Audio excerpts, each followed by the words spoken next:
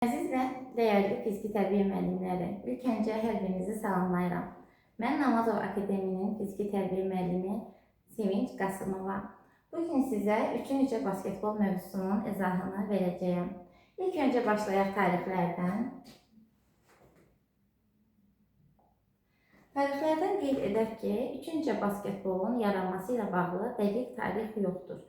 Biz əsasən götürürük 1980-ci illərdən etibarən bu oyun Amerika küçələrində yaranmışdır və streetbol da adlandırılır.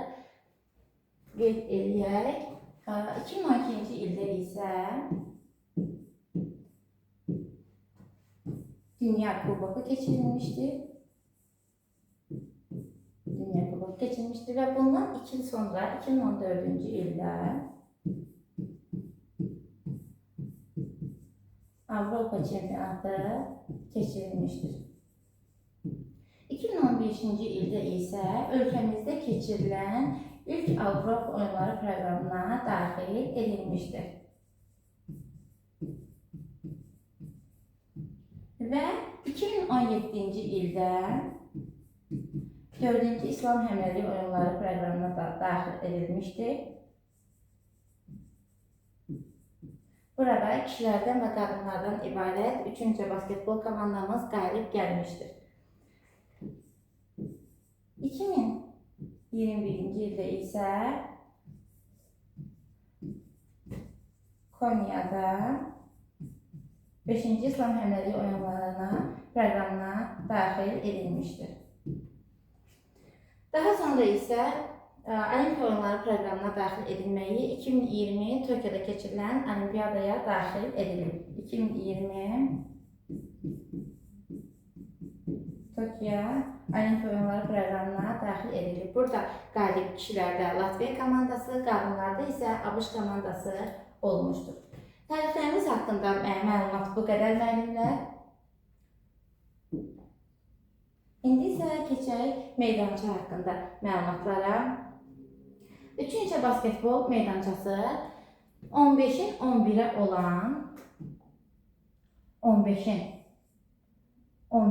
olan bir meydançada oynanılır.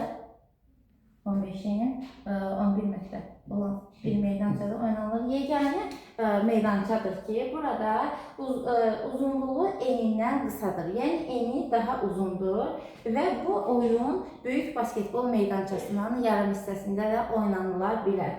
Bu zaman biz bir səbətdən istifadə edirik. Bir səbətlə oynanılan oyundur.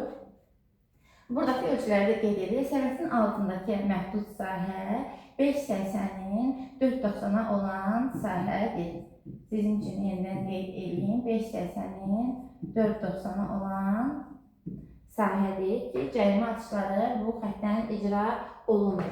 Və daha sonra isə 6,75 metrlik qövs çəkilir və atışlar da bu qövs vasitəsilə bəlli olur. Necə?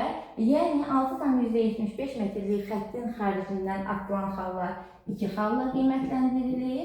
6,75 metrlik xəttin daxilindən atılan xallar isə 1 xalla qiymətləndirilir.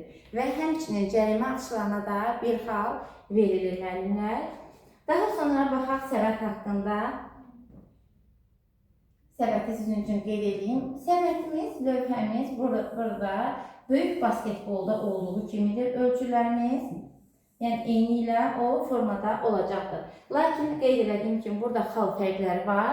Böyük basketbolda biz bilirik ki, 6,75 metrlik xəttin xaricindən atılan toplar 3 xalla qiymətləndirilir. Amma 3-cü basketbolda isə 2 xalla qiymətləndirilir. Həmçinin daxilindən atılan xallarda böyük basketbolda 2 xalla qiymətləndirilir, amma 3-cü basketbolda isə 1 xalla qiymətləndiriləcəkdir. İndi baxaq lövhə haqqında məlumatlara, lövhəmizin və səbətimizin ölçülərinə. Lövhəmizin ölçüləri 1,80-in 1 metr 5 santimetrə olacaqdır və lövhənin mərkəzindən bir kvadrat çəkilir. Kvadratımızın ölçüləri 59 santimetr və hündürlüyü isə 45 santimetr olacaqdır. Burada da 45 santimetr ölçüsündə 3 ölçümüz mövcuddur. Səbətimizdə çəkək. Demək, səbətimizin halqasının diametri 45 cm və torun uzunluğu 45 cm olacaqdır müəllimlər bu formada və səbət lövhədən 15 cm aralıda bərkidilir. 15 cm aralıda bərkidilir və lövhənin alt kənar hissəsindən, altından 15 cm-də yuxarıda bərkidilir səbətimiz və daha sonra isə baxaq ki, yer səthindən bəs lövhəyə qədər olan məsafə nə qədər olacaqdır? Yəni, meydançanın səthindən. Bu zaman müəllimlər, meydançanın səthindən lövhəyə qədər olan məsafə olacaqdır 2 metr 90 cm. Meydançanın səthindən səbətə qədər olan məsafə isə olacaqdır 3 metr 5 cm. Bu formada və biz dediyimiz kimi 15 cm yuxarıda bərkidilir. Əgər ki, ölçülərdən hansısa birini unudarıqsa, bu zaman deyək ki, biz yer səthindən səbətə qədər olan məsafəni bilirik, amma yer səthindən lövhəyə qədər olan məsafəni unutmuşuq. Bu zaman burada demək 90-ın üstünə 15 cm gəlirik, yer səthindən səbətə qədər olan məsafəni, yəni 3 metr 5 cm alırıq və yaxud da ki, qeyd edədiyim kimi əksinə 3 metr 5 cm-dən 15 cm çıxırıq və yerdə qalır yer səthindən lövhəyə qədər olan məsafəmiz. Belə ölçülərimiz bu qədər. Daha sonra qeyd eləyək oyunumuz haqqında. Meydançada olan hakimlərimiz haqqında. Ümumiyyətlə 3 basketbol oyununda 5 hakim olur. 5 hakimdən bunlardan ikisi qeyd eləyək 5 hakim olur. Bunlardan ikisi meydançada, 3-ü isə masa hakimləri olur müəllimlər. Və 3 basketbol oyunu necə başlayır, nə formada başlayır? 3 basketbol oyunu böyük basketboldan fərqli olaraq hava atışı ilə deyil, püşkətmə ilə başlayır və püşkətmanı qazanan komanda pozisyon haqqını seçəcəkdir. Ya oyunun başlanğıcında pozisyon haqqını seçəcəkdir, ya da əgər vaxt əl uzatmaya gedərsə oyunumuz, əlavə vaxta gedərsə, bu zaman pozisyon haqqına sahib olacaqdır müəllimlər. Deyək ki, A komandası oyunumuza başladı, A komandası əsas vaxtda oyuna başladı. Bu zaman oyun uzatmaya gedərsə, əlavə vaxta gedərsə, onda demək müəllimlər artıq oyuna B komandası başlayacaqdır. Yəni növbəli şəkildə B komandası başlayacaqdır. Daha sonra qeyd eləyək. Tərəflərimizi qeyd elədik.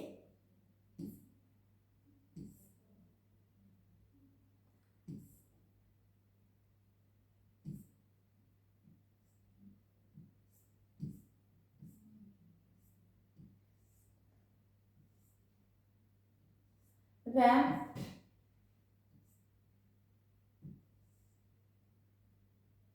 basketbol komandasının heyətini qeyd eləyək. 3 basketbolda bir komandada 4 nəfər heyət olur. Yəni 3 əsas,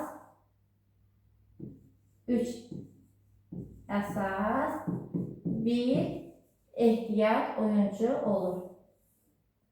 4 nəfər oyuncu ilə oyuna başlayır. Əgər deyək ki, oyunumuzun əvvəlində bir komandanın 3 əsas oyuncusu meydanda yoxdursa, bu zaman necə olacaq? Bu zaman hakim 5 dəqiqə gözləyir. Əgər 5 dəqiqə ərzində tam tərkiblə, yəni 3 əsas oyuncu ilə meydançada olmazsa bir komanda, həmin komandaya texniki məğlubiyyət veriləcəkdir. Və texniki məğlubiyyət verilən komanda W ilə, digər komanda isə 0 ilə işarələnəcəkdir. Bu zaman W0 xallar belə yazılacaqdır müəllimlər. Bəs deyək ki, oyun zamanı əgər ki, meydançadan bir komandanın bir oyuncusu qalarsa, bəs bu zaman necə olur? Əgər bir komandanın meydançada bir oyuncusu qalarsa, bu zaman oyunu davam etdirə bilər. Amma meydançada bir komandanın heç oyuncusu qalmazsa, bu zaman həmin komandaya texniki məğlubiyyət verilir. Bəs böyük basketbolda necə idi? Böyük basketbolda isə artıq bir komandanın 11 oyuncusu qovularsa, yəni 2-dən az oyuncusu qalarsa, o zaman texniki məğlubiyyət verilirdi. Amma burada isə bir komanda bir oyuncu ilə belə oyunu davam etdirə bilər müəllimlər. Belə və keçək oyunun vaxtına. Bəs oyunumuzun vaxtı necə olur, nə formada olur? Oyunumuzun vaxtı müəllimlər, oyunumuzun vaxtı olacaqdır 10 dəqiqə. Oyunumuzun vaxtı olacaqdır bir period, yəni 10 dəqiqə. Bir perioddan ibarətdir. Nə qədər oldu? Bir perioddan ibarətdir. Yəni 10 dəqiqə olacaqdır. Bu oyunda da böyük basketbolda olduğu kimi heç-heçə olmur. Mütləq qalib bəlli olmalıdır, müəyyənləşdirilməlidir. Dediyimiz kimi qalibə 2 xal, məğluba 1 xal, heç-heçə isə böyük basketbolda olduğu kimi heç-heçə olmur. Heç-heçə olmur. Bəs deyək ki, 10 dəqiqə ərzində əgər bir komandada qalib müəyyən olunmazsa, bu zaman necə olur? Bu zaman oyun əlavə vaxta gedir, müddətsiz overtime gedir. Ümumiyyətlə müəllimlər, bir period ərzində, 10 dəqiqə ərzində bir komanda əgər 21 xalı toplayarsa, bu zaman həmin komanda qalib hesab olunur. Yəni burada oyunumuz olacaq 21 xala qədər. Amma nə formada olur bu? Deyək ki, bir komanda 21 xalı toplayır, 21 xala çatır və vaxtımız hələ tamam olmayıb, 10 dəqiqəmiz bitməyib. Bəs bu zaman necə olur?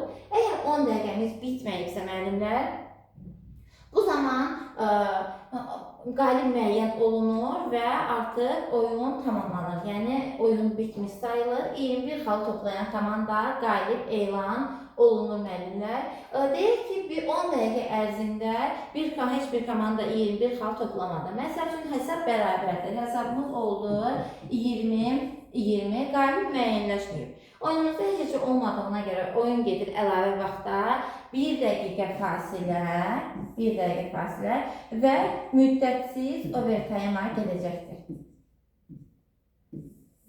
Müddətsiz əlavə vaxta gedəcəkdir. Overtime gedəcəkdir. Bu zamanda müddətsiz overtime-də bəs qalib necə müəyyən olunur? Əlavə vaxta getdikdə isə ilk 2 xalı toplayan komanda qalib hesab olunur. Bəs baxaq müəllimlər, ilk 2 xalı toplayan komanda necə ola bilər bu? Onu da qeyd edək ki, əsas vaxtda müəllimlər, əsas vaxtımızda bir komanda maksimum 22 xal toplaya bilər. Əsas vaxtımızda. Bu da nə formada olur? Biz axı dedik bir oyun 21 xala qədər davam etdirilir. Bəs necə olur ki 22 xala qədər davam edə bilir? Bu zaman deyək ki, komandalar 20-20-dir hesab.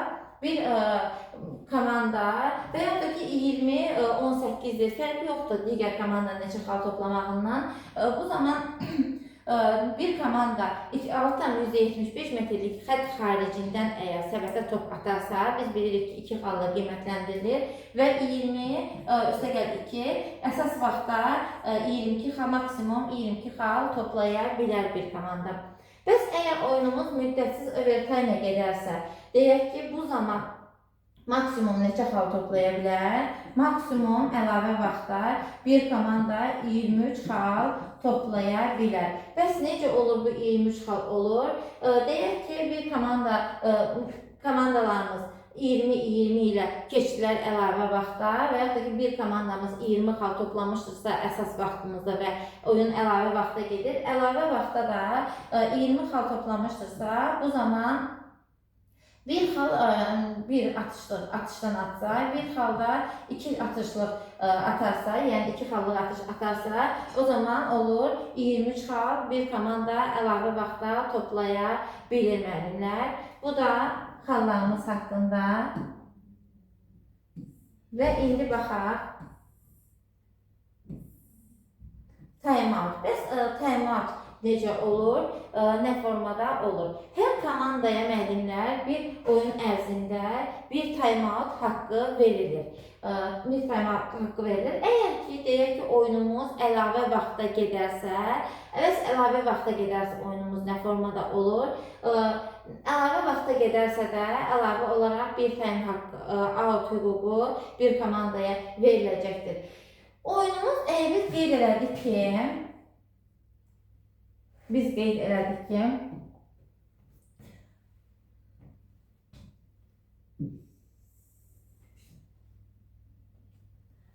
bir time-out hüququ verilir. Bir time-outumuz isə 30 saniyədir böyük basketboldan fərqli olaraq və əgər oyunumuz TV-də canlı yayımlanarsa, bu zaman əlavə hər komandaya 2 time-out hüququ da verilir. Bu da olur 6:59 və 3:59-da olacaqdır. Belə, yəni bir komandanın əgər bir time-out hüququ varsa, əlavə olaraq da 2 time-out hüququ TV-də canlı yayımlanarsa, hər bir komandaya verilir müəllimlər. Bu formada daha sonra keçid alaq follara. Bəs follarımız nə formada olur? Gəlin indi bunlara baxaq.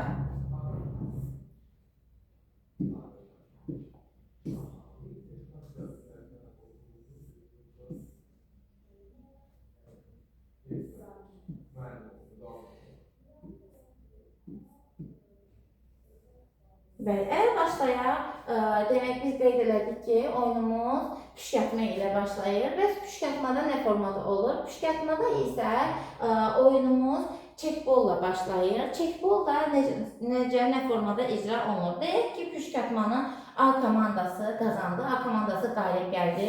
Bu zaman B komandasının iştirakçısı, deyək ki, B1 oyuncusu topu çekbolla digər komanda, yəni A komandasına ötürür. A komandasına ötürür və oyuna A komandası başlayır. Çekbol da müəllimlər nə formada olur?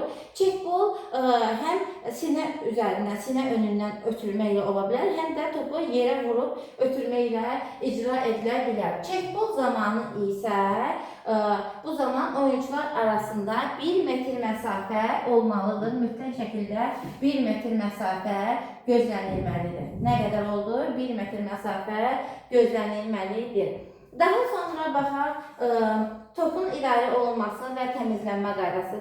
Bəs təmizlənmə qaydası nə deməkdir müəllimlər? İndi buna baxaq. Təmizlənmə qaydası o deməkdir ki, əgər bir komanda topu ötürdü, topu atdı səbətə, top səbətə dəyib qayıtdı. Məsəl üçün A komandası topu səbətə atdı və top səbətə dəyib qayıtdı. Artıq topa B komandası yelənir. Topa B komandası yelənərsə müəllimlər, bu zaman B komandası mütləq şəkildə 6,75 metrlik xətt xaricinə çıxaraq və yenidən hücuma başlamalıdır. Bu zamanda B komandası üçün 12 saniyə vaxt açılır. Burada şəkildə mən göstərmişəm. Şəkildə verildiyi kimi deyək ki, A komandası səbətə